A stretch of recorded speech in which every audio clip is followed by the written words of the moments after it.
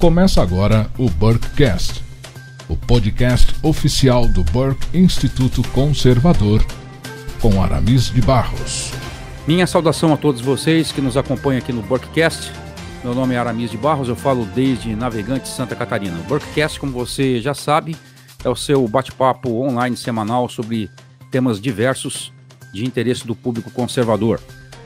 Nosso podcast é um oferecimento do Burke Instituto Conservador, uma plataforma EAD desenvolvida para ajudar você a se envolver mais a fundo no tema do conservadorismo e da guerra cultural que estamos enfrentando nos nossos dias. O Burke Instituto tem uma promoção para você que é ouvinte dos nossos podcasts e deseja começar ou dar continuidade aos vários temas que têm sido discutidos aqui no programa.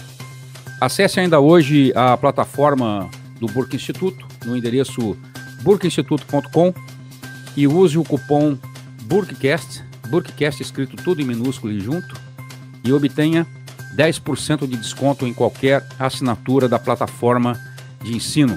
Essa é uma oferta especial do Burke Instituto para você que tem prestigiado o nosso programa. O nosso convidado de hoje, dessa 18ª edição do Burkecast, é graduado em Comunicação Social, é mestre em Jornalismo pela Federal de Santa Catarina, colunista do site Estudos Nacionais, autor dos livros A Transformação Social, Como a Mídia de Massa se Tornou uma Máquina de Propaganda, e também da obra Fake News, quando os jornais fingem fazer jornalismo. Para conversarmos sobre o tema mídia, comunismo e globalismo, eu tenho a grande satisfação de receber hoje no Burkecast o jornalista Christian De Rosa.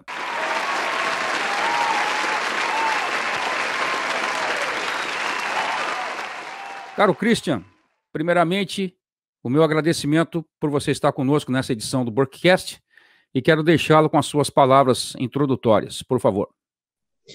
Olá, Aramis, olá a todos os ouvintes aí do programa. Quero agradecer também, a oportunidade e o convite para falar sobre esse assunto que é bastante complexo, muitas vezes, e espero conseguir dar conta desse assunto aí suficiente para os ouvintes.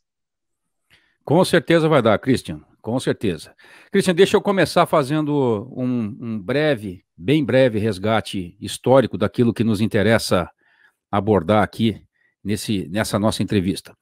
Vamos começar considerando, primeiramente, a relação entre o universo do jornalismo e a chamada mentalidade comunista, na qual nós poderíamos incluir também como revolucionária a mentalidade anarquista.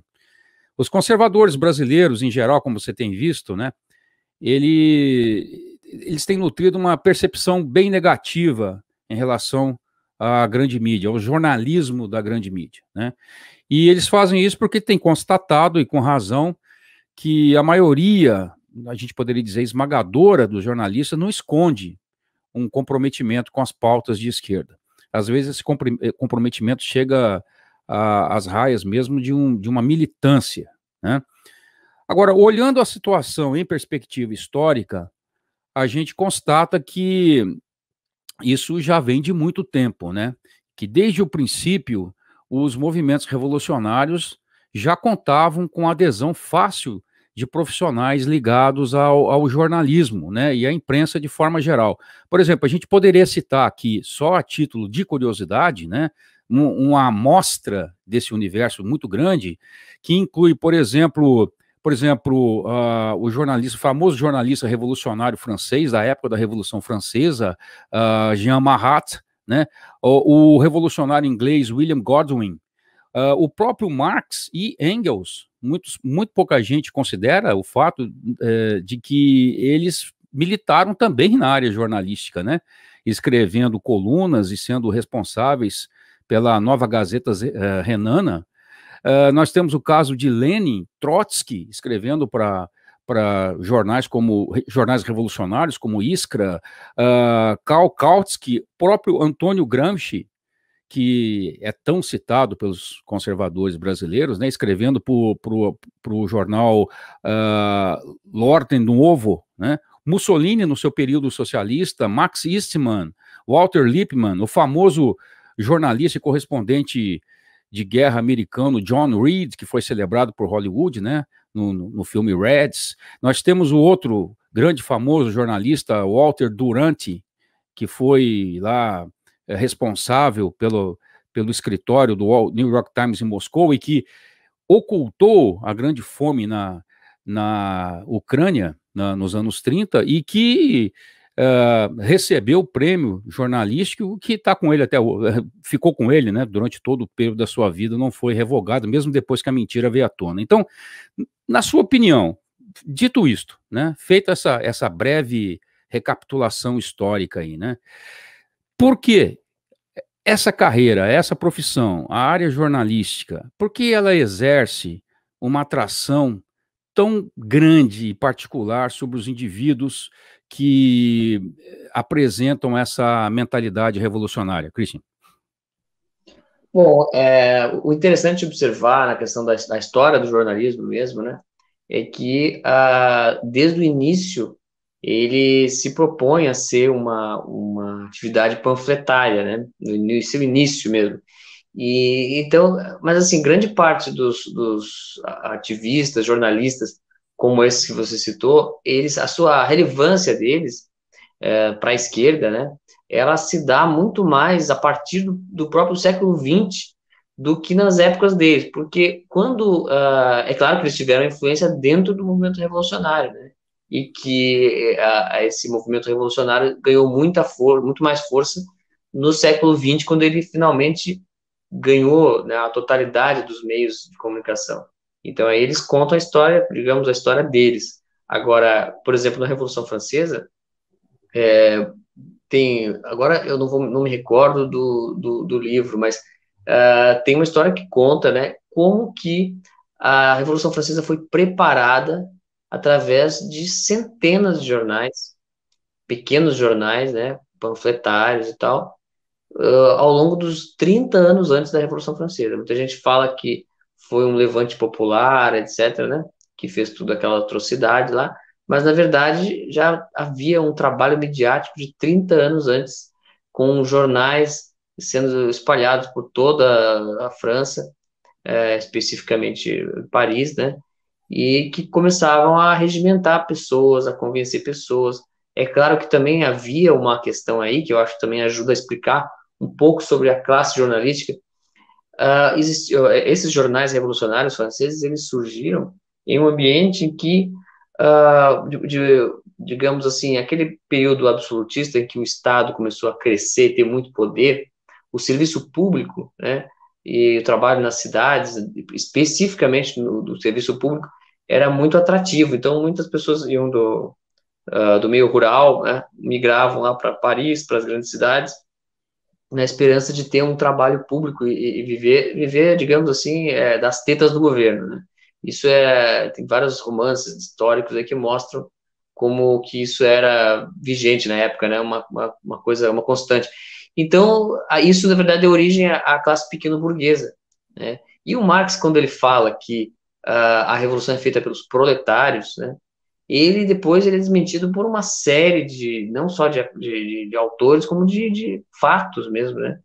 Que mostram como que as maiores revoluções, os levantes pretensamente populares, revolucionários mesmo, surgiram através dessa pequena burguesia que chegava na cidade e ficava sem trabalho, quer dizer, não tinha órgão público suficiente para abrigar essas pessoas, embora o Estado, naquela época, já vinha se agigantando justamente para caber tanta gente, justamente para colocar ali aquelas pessoas que não tinham tanta utilidade, ia fazer qualquer coisa, né, ali dentro das repartições públicas. E essas pessoas, esse contingente de pessoas assim, sem emprego, sem muita possibilidade de trabalhar no serviço público, mas desejando um trabalho fácil e uma vida boa, né, essas pessoas muitos deles se tornaram colunistas, jornalistas, né, abriram pequenos jornais, isso é muito importante, né, os primeiros jornais surgem assim, não existia a ideia de fazer um jornal imparcial, e ter um colunista que representasse alguma diversidade de opinião da sociedade, A ideia da opinião pública ainda era muito rudimentar, né? Então, o que existia eram jornais já bastante panfletários. O jornal surgia com esse intuito. Até no Brasil, até o século XIX, também era assim, né? Existia o jornal Liberal, o Conservador e tal. Os jornais eram declaradamente opinativos, né? Mas, então, enfim, essa atividade social do jornalismo, né, ela seduziu facilmente, primeiro os intelectuais, né? Aí, então, que vieram desses pequenos burgueses, e a coisa começou a crescer. No século XX, né, surge essa ideia de que, aliás, no século XIX já, nos Estados Unidos, pelo menos, na Inglaterra e nos Estados Unidos, surge a ideia do jornalismo, em vez de ser um conjunto de panfletos, cada um dando uma opinião, dando uma ideia, que é a base do jornalismo europeu, né, que é a ideia de que você, através da diversidade de opiniões, você forma uma opinião pública. Surge uma outra visão jornalística, que é a inglesa, que depois foi para os Estados Unidos, né? Que é a ideia de que o jornalismo tem que primar pela verdade. O conceito de verdade no jornalismo, até aquele momento, ali no século XIX, ele era visto como uma coisa assim, que o efeito de verdade ia ser dado através da diversidade de opiniões. Mas, de repente, surge a ideia de um jornal que não representa uma opinião específica, mas representa a verdade, né? Isso chega até nossos dias através do jornalismo americano. E é a partir dali, porque justamente surge uma questão jurídica, né, que eles querem fugir da questão da difamação, né, porque a ideologia predominante na Inglaterra, durante uma boa parte, um bom tempo ali, eram os puritanos, né, dos puritanos que depois foram mandados para os Estados Unidos.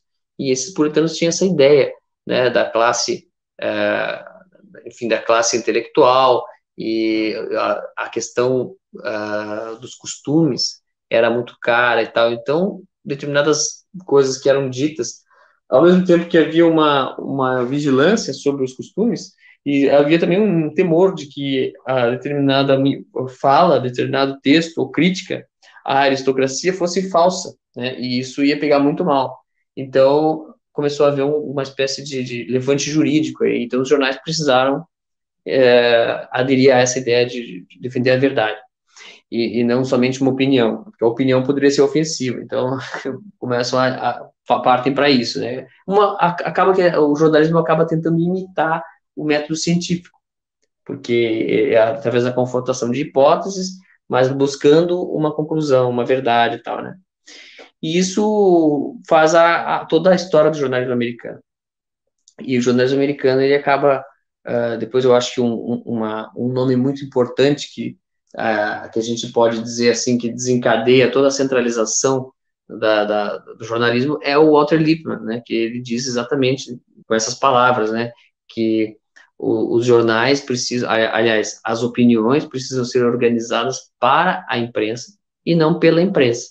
Quer dizer, deve haver uma classe aristocrática, iluminada, que organiza as opiniões para que só apareça aquelas opiniões que eles querem, que eles acham necessárias, e para que ajude, na concepção deles, auxilie as pessoas a ser mais cidadãs, né? E aí entra a grande hipocrisia, né? Mas basicamente, assim, isso assim, resumindo um pouco aqui a história do jornalismo, né? Não sei se eu respondi a pergunta. Perfeitamente, tá ótimo, Christian. No caso do Brasil, vamos pensar agora no nosso caso em particular, né? Essa ligação entre jornalismo e comunismo no nosso país. Nós temos aí já essa história muito interessante contada pelo ex-agente do Serviço Secreto Tcheco, a STB, o Ladislau Bitzman, que desertou para o Ocidente e acabou fornecendo as primeiras pistas para que se investigasse a infiltração do Serviço Secreto soviético, né, por meio da Tchecoslováquia aqui no Brasil, justamente agindo no setor jornalístico, né? E aí depois nós tivemos o lançamento aqui no Brasil da obra 1964, O Elo Perdido, contando quão grande, quão vasta era essa penetração no campo jornalístico, né? Então, na sua opinião, Christian, como foi construído o jornalismo de viés marxista no Brasil? Qual foi o papel que os acadêmicos tiveram nessa formação e a influência que eles começaram a enraizar nas redações? Essa história é uma história bastante cheia de fatos e cheia de questões, né? Na verdade, até é interessante, você mencionou na primeira pergunta vários jornalistas que tiveram um papel revolucionário, um papel do jornalismo, né? Revolucionário no jornalismo. E isso, com certeza, vem desde lá, né? Desde esse papel forte. Mas houve, claro, no século XX, uma maior concentração dos revolucionários, dos comunistas, muitos agentes mesmo dentro do jornalismo. O livro 1964, né, do Mauro Abranches, fala bem sobre isso e, inclusive, mostra um fator interessante que é o fato de que o agente da STB da época, ele não estava interessado em cooptar jornalistas para o lado comunista, mas interessado em convencer os jornalistas, ou melhor, cooptar, né, os nacionalistas para convencer os jornalistas, então, de que havia uma ameaça dos Estados Unidos, né, que aí depois o Laszlo Bittman vai fazer aí a sua operação justamente para enganar toda a mídia. Mas interessante é que a mídia brasileira, a gente pode dizer que ela foi enganada muitas vezes por agentes da KGB, mas, por outro lado, né, ela, na verdade, colaborou. E essa colaboração, ela se dá tanto da forma, como você citou, quer dizer, através da infiltração, dos agentes, etc., quanto na parte teórica, que muitas vezes é feita até pelos próprios agentes, né? Então, mas aí a gente não tem como saber quem é agente. Por exemplo, vou dar um exemplo de um autor que representou, é um exemplo mesmo, porque eu acho que tem vários, né? E eu dou exemplo do que eu conheço aqui em Santa Catarina especificamente, mas eu sei que há uma relevância nacional muito grande, um papel muito importante, que é o Adelmo Genro Filho. Casualmente ele é irmão do Tasso Genro, que já foi governador do Rio Grande do Sul e tal, já participou do governo do PT, né?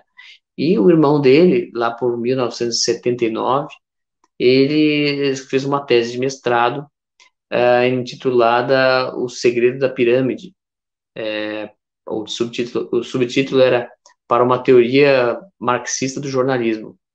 E ele fala nesse livro, ali ele mostra diversas maneiras como o jornalista deve trabalhar na redação, de maneira a construir, digamos assim,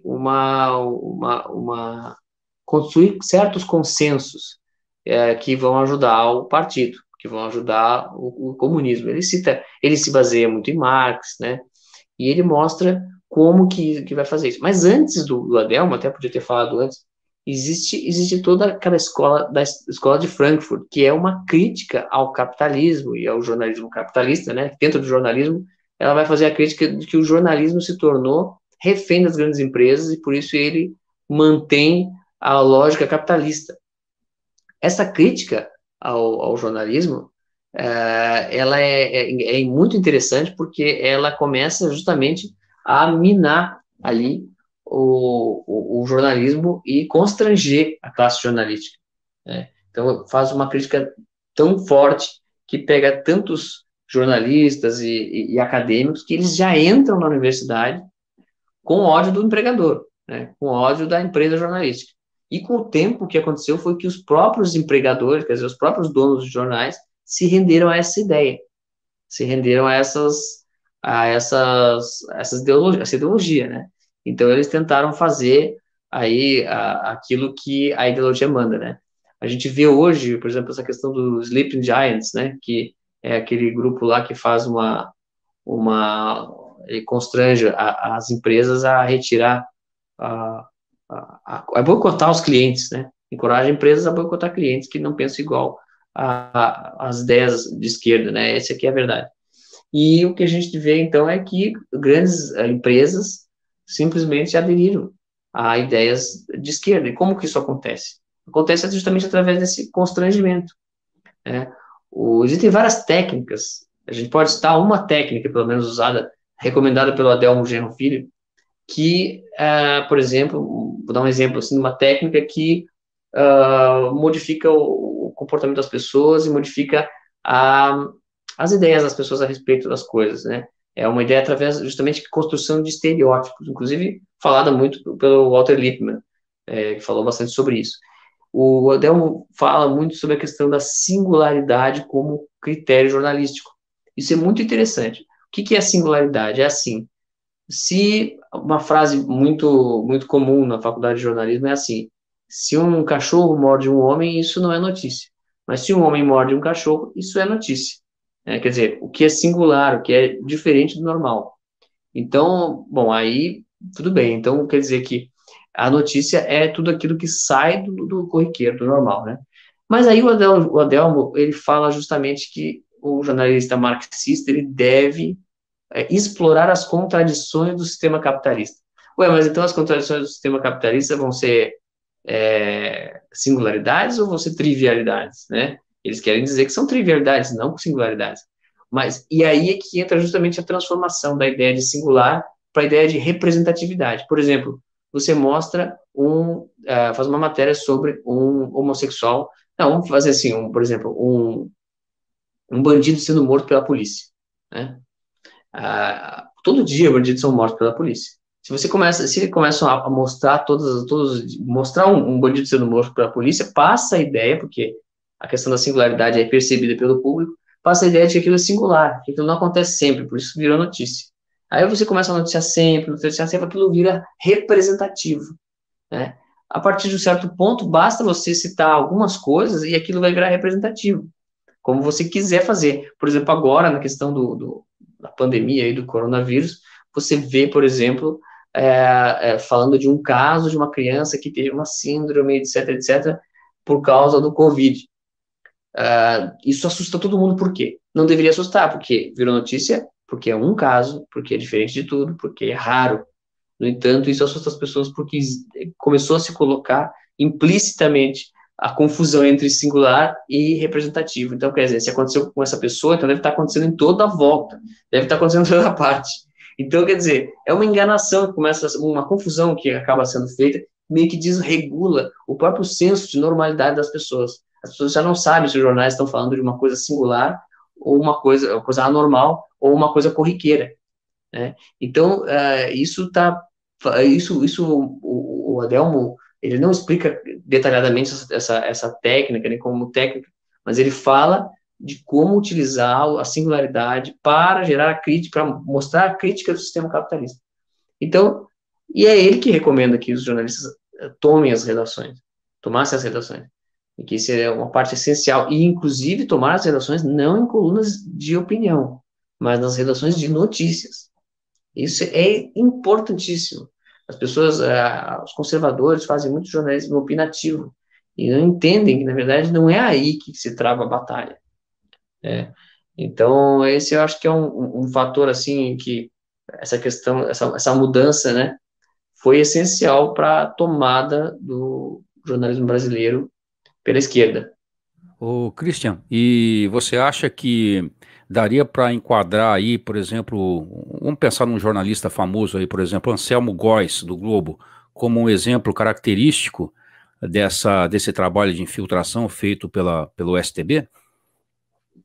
Se não me engano, o Samuel Góes foi aquele que, até me corrija se eu estiver enganado, mas parece que ele assumiu, né, que fez parte e tal. Exatamente, ele assumiu em vídeo aí, numa entrevista, né? Isso, com certeza. E ele falou como se fosse uma bobagem, assim, que já acabou, passou e tal, né? Mas não existe, não Exatamente. existe, né? Não existe nenhum ex-agente da KGB, isso não existe. O cara é uma vez, a KGB não acabou, pelo simples fato de que ela não acabou, né?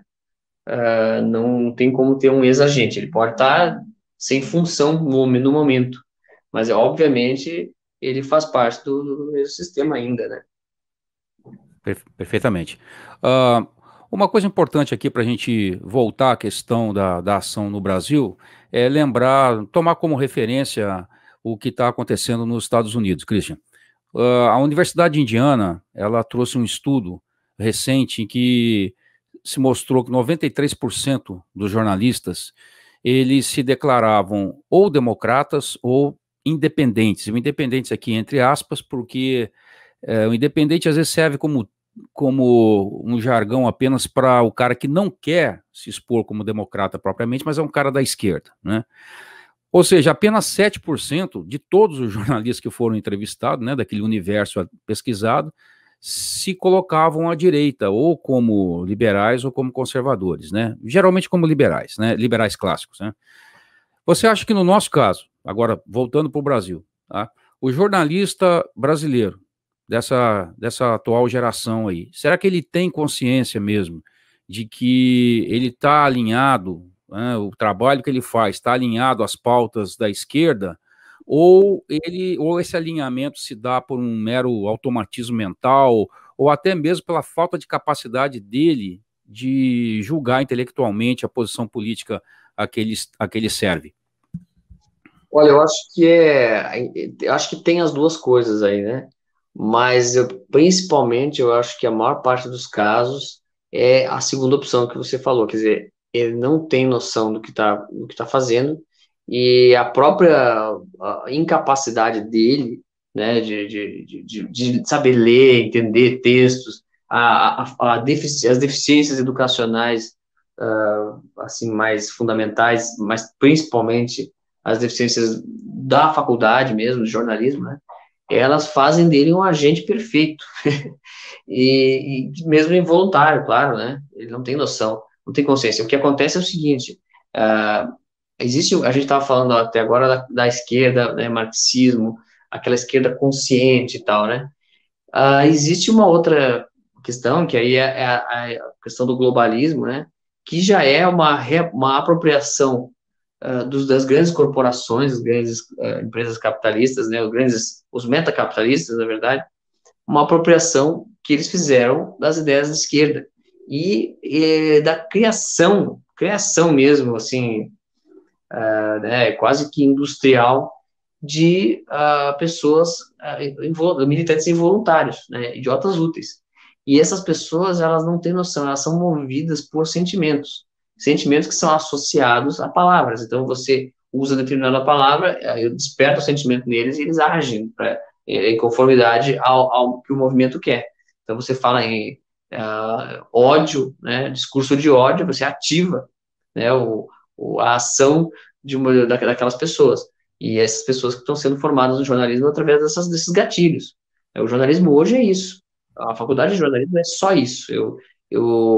Eu fiz faculdade, a faculdade que eu fiz, minha graduação foi particular, depois eu fiz o mestrado na universidade pública e fiz uma pequena docência ali mesmo, né, na universidade pública. E eu pude ver, é impressionante a quantidade de gatilhos, eles trabalham com gatilhos, né, e chegam a confundir, tanto eu vi isso num aluno de graduação de quinta fase, e vi isso num professor com doutorado em filosofia, jornalista com doutorado em filosofia, que frequentemente atua como presidente de departamento de pós-graduação. Eu vi eles confundirem fato com notícia. É assim, o nível é esse, quer dizer, ele confunde assim, saiu muitas notícias sobre esse assunto, então aconteceu muitas vezes isso. Não, uma coisa é o relato, outra coisa é o fato, né? O fato pode ter sido, aconteceu um fato e se faz 1000 notícias sobre aquilo, se fica falando daquilo, mas foi uma vez só. Ou então, mais grave ainda, né? Às vezes, confundir o julgamento da mídia, o que a mídia chama de alguma coisa, né? O que os próprios sujeitos se auto-intitulam, confundir com a realidade da coisa. Por exemplo, as pessoas são destruidoras do meio ambiente ou são protetoras do meio ambiente. Isso vai o que elas dizem, e o jornalismo simplesmente acata. Por quê? Aí entra uma outra questão, que é o que acho que explica bastante a tua pergunta, a questão da mentalidade mesmo dos jornalistas no Brasil. Houve um momento em que os jornais precisaram se renovar na questão comercial. As grandes empresas, com a entrada da internet, né, as grandes empresas o financiamento das grandes empresas já não era a maior parte.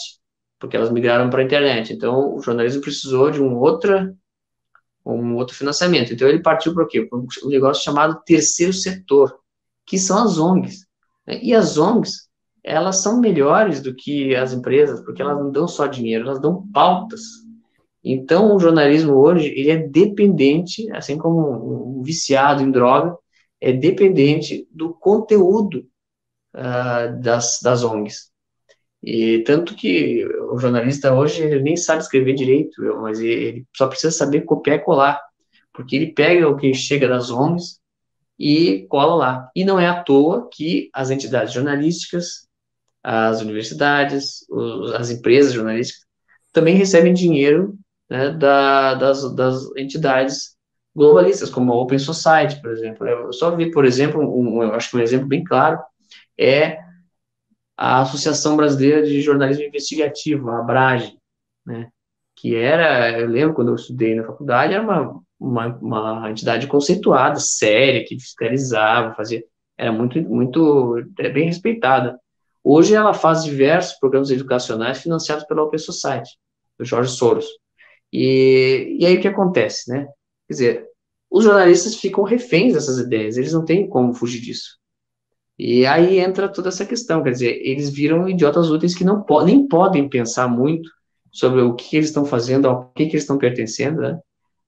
No ano passado eu fui entrevistado por um jornalista da Folha de São Paulo e depois ele fez uma matéria porca, ele torceu um monte de coisa. Aí eu fui falar com ele no WhatsApp, a gente acabou conversando bastante, assim, eu fui tentando explicar para ele algumas coisas e tal, o que eu pensava de algumas coisas. E ele é impressionante, eles não conseguem entender, a forma como eles veem o mundo atual é o conto de fada que aparece, que é dito pela grande mídia, é o conto de fada da Greta Thunberg, sabe? É isso que eles acreditam, e pensam que o mundo é isso mesmo. Então, eles falando sobre a questão, eu vejo que o mundo está crescendo e os direitos estão aumentando, tanto para pessoas conservadoras quanto para liberais. Eu falei, isso não tem como ser assim, porque existem entidades riquíssimas investindo milhões de dinheiro justamente para calar os conservadores.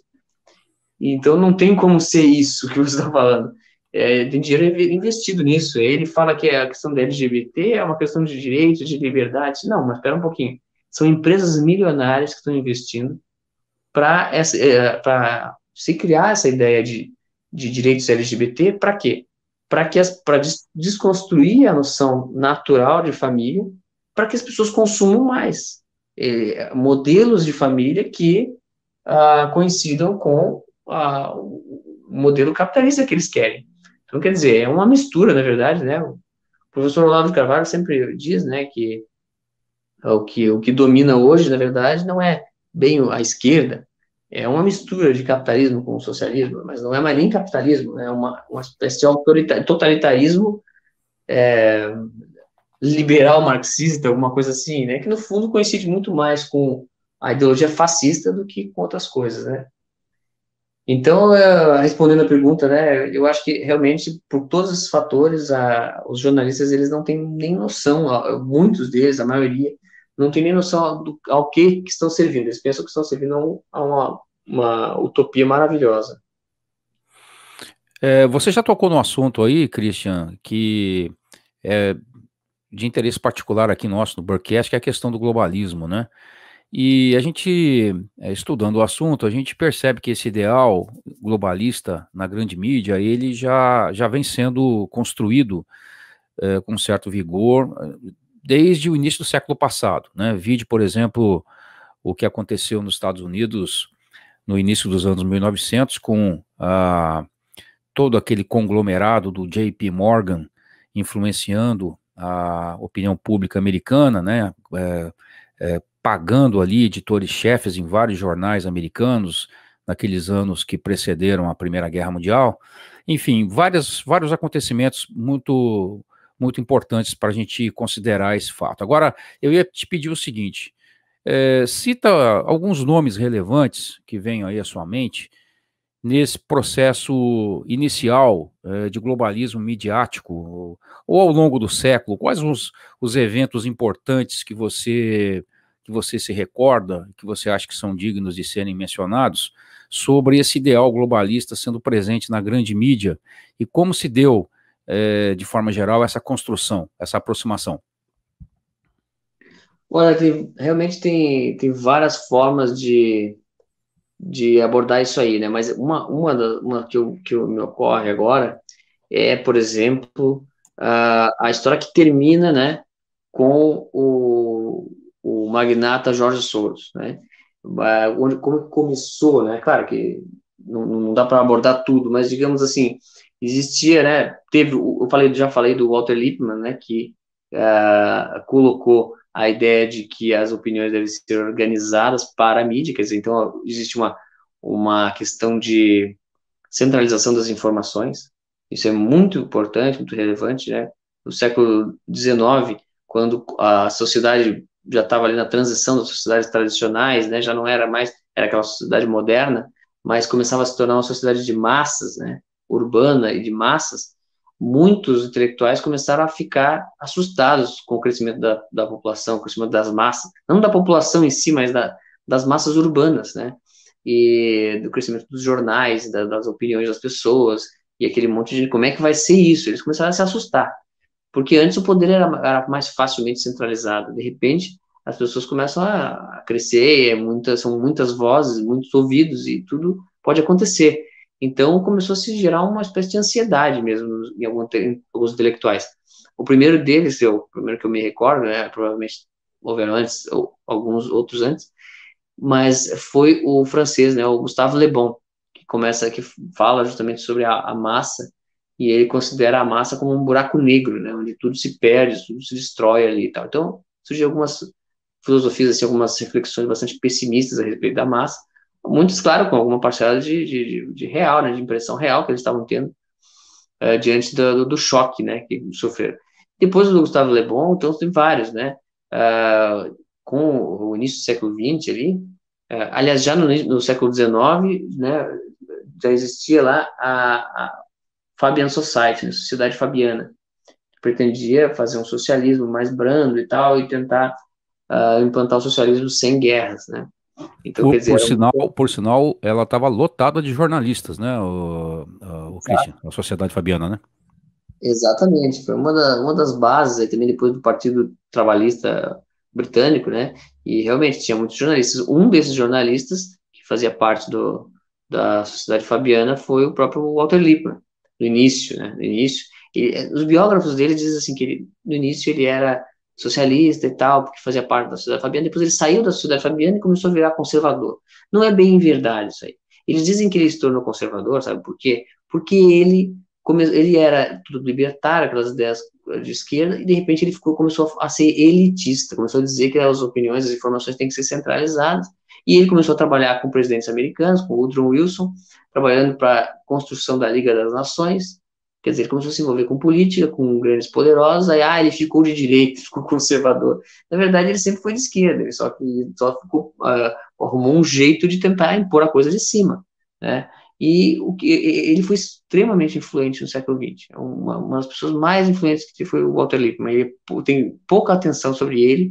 Inclusive, o primeiro livro, não foi o primeiro livro, mas o livro mais importante dele, o Opinião Pública, ele foi publicado no Brasil somente, a primeira edição, em 2008. Tem uma edição antiga de um outro livro dele que, sem o primeiro, não dá nem para entender. Então, é interessante isso, né? No Brasil, as coisas são sempre feitas desse jeito.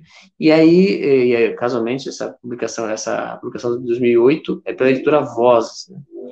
Mas foi aí que eu conheci o livro, porque ele entrou na seleção ali do mestrado, onde eu fiz. Então, eu tive que ler o Lippmann e também observar as opiniões dele dentro do meio acadêmico, sobre ele no meio acadêmico atual. Isso também é muito, muito relevante.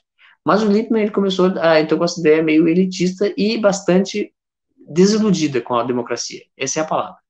Ele era um desiludido com a democracia. Ele falou, esse negócio de todo mundo dar opinião não vai dar certo, a gente tem que organizar as opiniões, porque as pessoas têm à sua disposição somente opiniões aceitáveis, não dá para deixar tudo livre para as pessoas. E como ele dizia também que o jornalismo as pessoas só entendiam as coisas através dos jornais por meio de estereótipos, quer dizer, de imagens reduzidas, esquemáticas. Então, ele defendia, de certa forma, né, tá um pouco nas entrelinhas isso, mas ele defendia o uso desses estereótipos justamente para conduzir as massas, né? Então, quer dizer, digamos assim, a gente só consegue, as pessoas só conseguem entender com desenhos infantis. Então, vamos fazer desenhos que ajudem, que quer dizer que não que expliquem as coisas como elas são, mas que digam que as pessoas precisam saber. E então aí começa uma espécie de uma ideia de engenharia social através da mídia. Depois dele teve o John Dewey, que foi um pouco na medida oposta, mas ele começou, eles concordaram, mas eles tiveram uma espécie de debate, entre aspas, porque não foi um debate presidencial, nem, né, eles praticamente quase não foram contemporâneos, o Dewey veio bem depois, mas ele publicou muitos textos críticos sobre os livros do Lippmann, e o Dewey já dizia, considerava o Lippmann desiludido demais, pessimista demais, e vinha com aquela ideia de que as pessoas tinham que ser, a mídia tinha o papel de educar as pessoas para a democracia, ou o que a gente diria hoje, educar para a cidadania, né, tolerância, etc. Então, a mistura desses dois, do Dewey e do Lippmann, a gente pode concluir como é que ficou o jornalismo, né? Quer dizer, pessoas desiludidas com a liberdade e que defendem um ideal utópico que elas não acreditam, né? Mas que elas acham que as pessoas têm que acreditar. Então, é uma coisa meio esquizofrênica, né? E eu acho que o debate entre os dois foi muito importante. Hoje é meio acadêmico, não no meio acadêmico brasileiro, que eu não vi essa discussão, mas se debate muito em muitos livros, assim, pelo mundo, né, sobre a relevância do debate, que eles chamam de debate Lippmann-Dewey, né?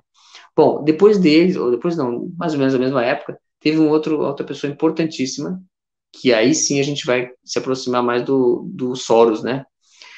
Que foi o Karl Popper, que tinha lá suas observações sobre ciência e tal, mas que foi até relevante nesse sentido, mas, quer dizer, relevante, não foi bom nesse sentido, mas relevante mesmo ele foi com o livro A Sociedade Aberta e Seus Inimigos, né, que é um livro que virou um livro de cabeceira do George Soros, tanto que ele criou, né, a Open Society baseada na expressão do Karl Popper, né, de sociedade aberta. E o Karl Popper, ele parte de uma análise da República de Platão totalmente equivocada.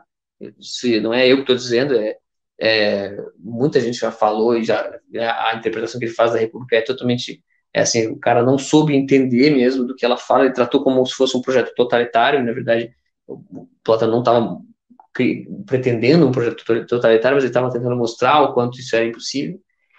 E ele, partindo disso, então, ele declara guerra contra Platão e diz que o Platão seria o símbolo do obscurantismo e ele, né, seria o símbolo da sociedade aberta, que faz negócio com todo mundo, que tem ideia, mas para isso tem que ter, então, ideais muito bonitinhos, né, não pode ser uma coisa muito agressiva, né, e uma coisa importante, assim, para a gente fechar essa questão, a ideia, após a Segunda Guerra Mundial, surge a ONU e tal, começa a ficar muito comum uma ideia de que a guerra, ela não pode acontecer mais, né, o pacifismo, não pode acontecer mais a guerra. E a guerra é um resultado das divergências de opiniões. Então, nós temos que eliminar as divergências de opiniões para poder alcançar a paz mundial. Como é que se elimina a divergência de opinião? Impondo uma opinião única, né? Ou pelo menos um conjunto de crenças únicas que, né, que sejam ali coerentes entre si, que as pessoas então possam ter uma margem de liberdade pequena, mas para ter seus gostos de opiniões, mas que não passem muito daquilo. Então aí surge, né, já ali a ideia do politicamente correto, né? E como uma coisa obrigatória. Então é isso. Então aí o George Soros ele entra nessa justamente para tentar, ele entra nessa com dinheiro, né? O George Soros é o dinheiro disso aí, não são as mãos de todos esses planos aí, né? Ô, Christian, eu vou pegar carona nessa sua explicação e já vou aproveitar para te perguntar o seguinte, já que você citou o famoso, né, multibilionário George Soros, né, ou Soros, como dizem os húngaros, né? Sim.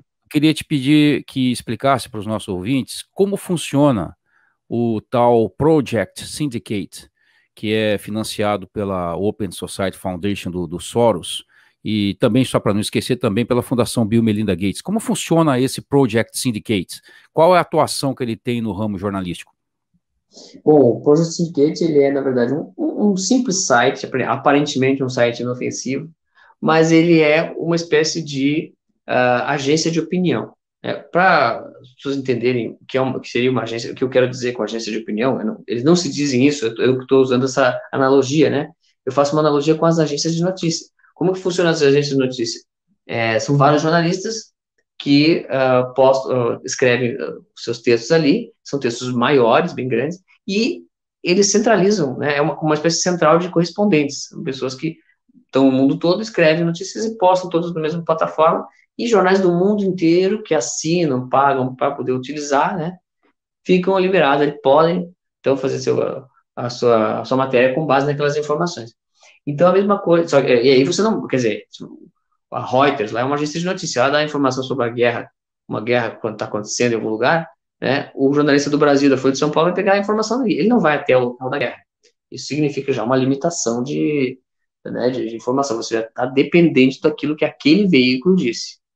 E uma agência de opinião seria mais ou menos isso, na verdade é um conjunto de colunistas, né, e entre eles tem pessoas muito relevantes, muito importantes no mundo, como alguns economistas, principalmente tem muito artigo de economia, mas eles são mais para disfarçar, porque os artigos de política externa são os mais importantes. E por exemplo, dos colunistas dele já foi lá o Jimmy Carter, né, o Bill Clinton, Tony Blair, o próprio Nelson Mandela chegou a publicar artigos lá. Então, tem diversos, assim, são pessoas do mundo pop mesmo, né? Eu acho que até a Greta Thunberg deve ter o seu blogzinho no Project Syndicate. Claro, são os grandões, são os iluminados, né? Não vai ser os idiotas úteis como a Greta Thunberg. Mas no Brasil, nós tivemos já participações ali, colaborações ali, artigos publicados ali do Fernando Henrique Cardoso e do Antônio Patriota, que foi chanceler, ministro das Relações Exteriores no governo Lula, se não me engano, ou da Dilma, acho que foi do Lula mesmo. Então, quer dizer, é um site muito relevante. Se você quer saber o que pensar, né, para estar na crista da onda, digamos assim, você tem que estar lendo aquilo ali. Então, quem é que se baseia no Project Syndicate? Qual é o poder e a influência dele? Os editoriais dos grandes jornais do mundo, New York Times, Washington Post e tal.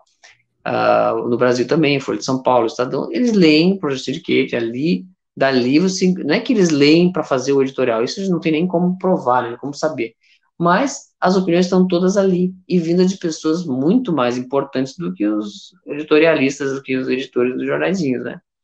Então, obviamente, e tem muita coincidência, né? Sai textos antes, logo depois, a onda é dizer aquilo. Então, aquela coisa aparece em seguida nos grandes jornais. Então, só que o importante é o seguinte, essas opiniões, né? Isso pode parecer contraditório com o que eu falei no início de que a opinião é menos importante do que a informação. Mas o que acontece é o seguinte, essas opiniões, essa cosmovisão desses globalistas, ela aparece no Project Syndicate justamente para que os jornais façam seus editoriais e componham, assim, as suas linhas editoriais, que vão compor, por sua vez, o corpo de critérios para selecionar os fatos. Então, assim, é mais ou menos isso. Você não vai ver, né, por exemplo, pelo menos não de forma relevante e tal, uma notícia no Globo que diz que contrarie as opiniões lá dos colunistas do Project Syndicate, né? Você precisa ter uma espécie, quer dizer, as notícias, a seleção das notícias, o que o cara vai atrás, vai escolher noticiar ou não, vai de acordo com o que está ali. Isso não quer dizer, eu não estou dizendo que o Project Syndicate, aquele site, é que centraliza tudo isso, né? É claro, a gente usa, assim como a gente fala Jorge Soros, tem muitos outros globalistas que põem dinheiro nas coisas aí, né? E acaba sendo, tanto o Jorge Soros quanto o Project Syndicate, símbolos, né? Que exemplificam muito bem uma estrutura de credibilidade, como que ela funciona no mundo hoje, né? Então, basicamente é isso, né? Funciona através da leitura e adesão mesmo daquelas ideias para a seleção de fatos das notícias dos jornais.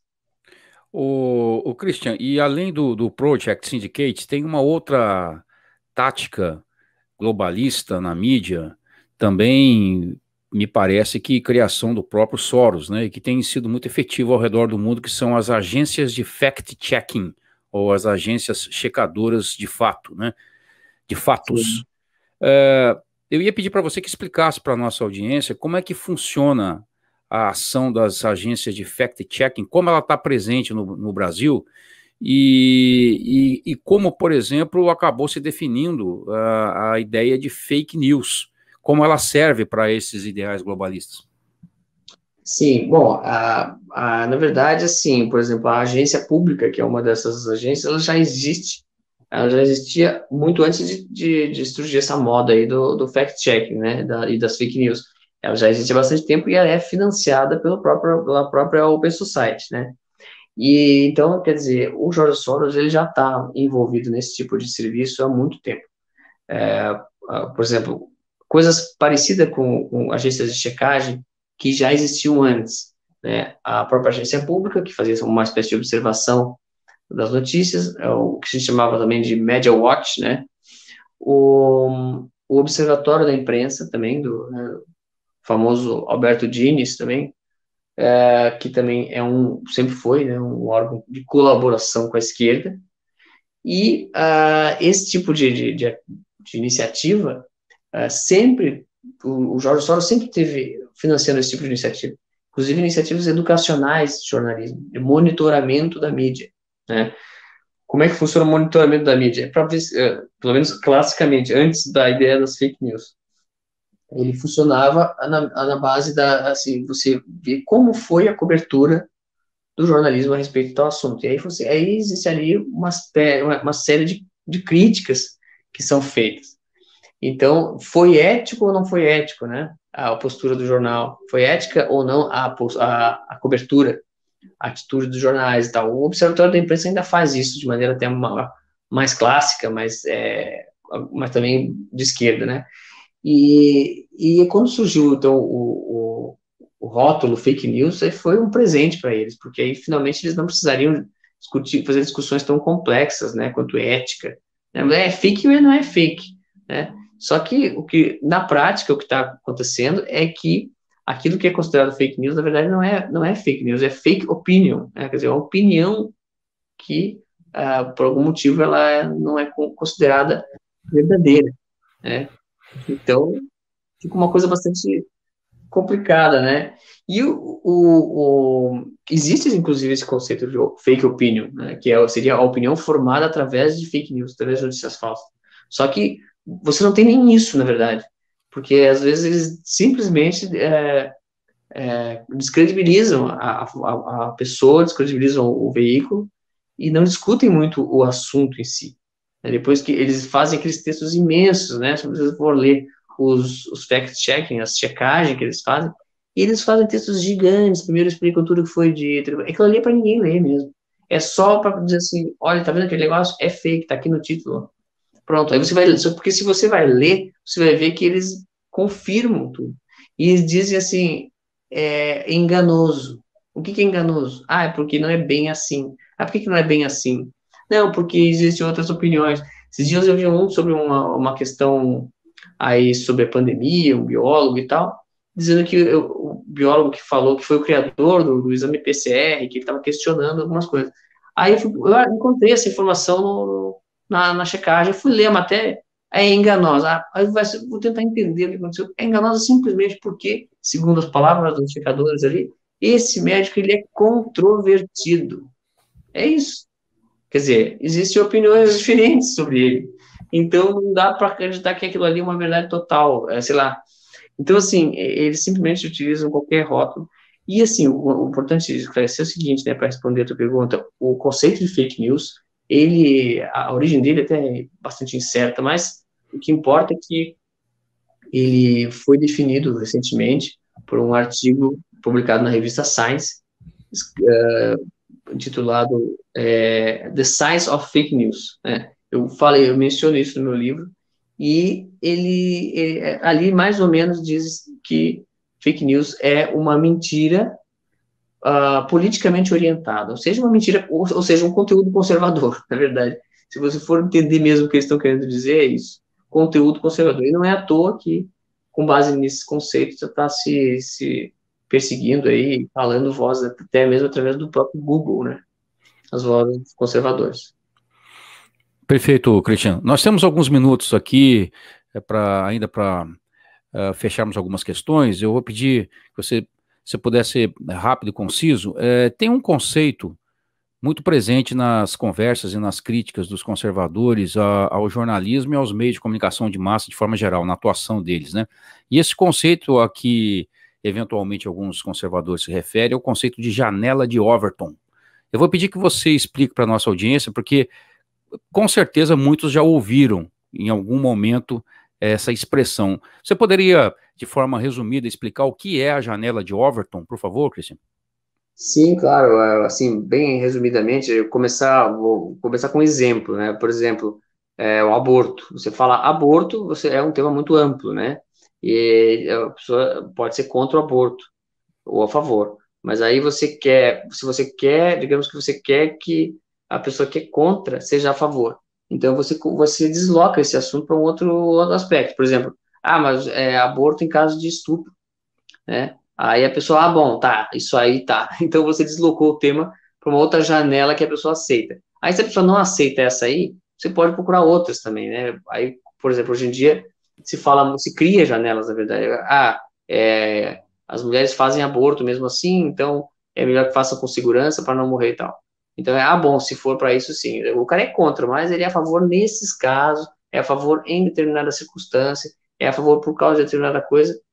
E aí, no fim, o que acontece é que já entrou o assunto em pauta, já começou a ser debatido e você já já concedeu, digamos assim, espaço, né, para quem quer defender aquela ideia, né?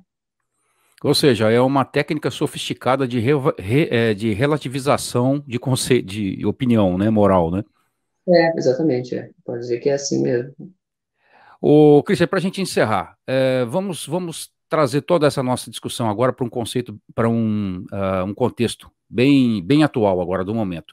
Qual é a sua opinião sobre a cobertura que a mídia tem dado à pandemia? E você consegue perceber claramente elementos globalistas e revolucionários na cobertura da mídia sobre essa situação?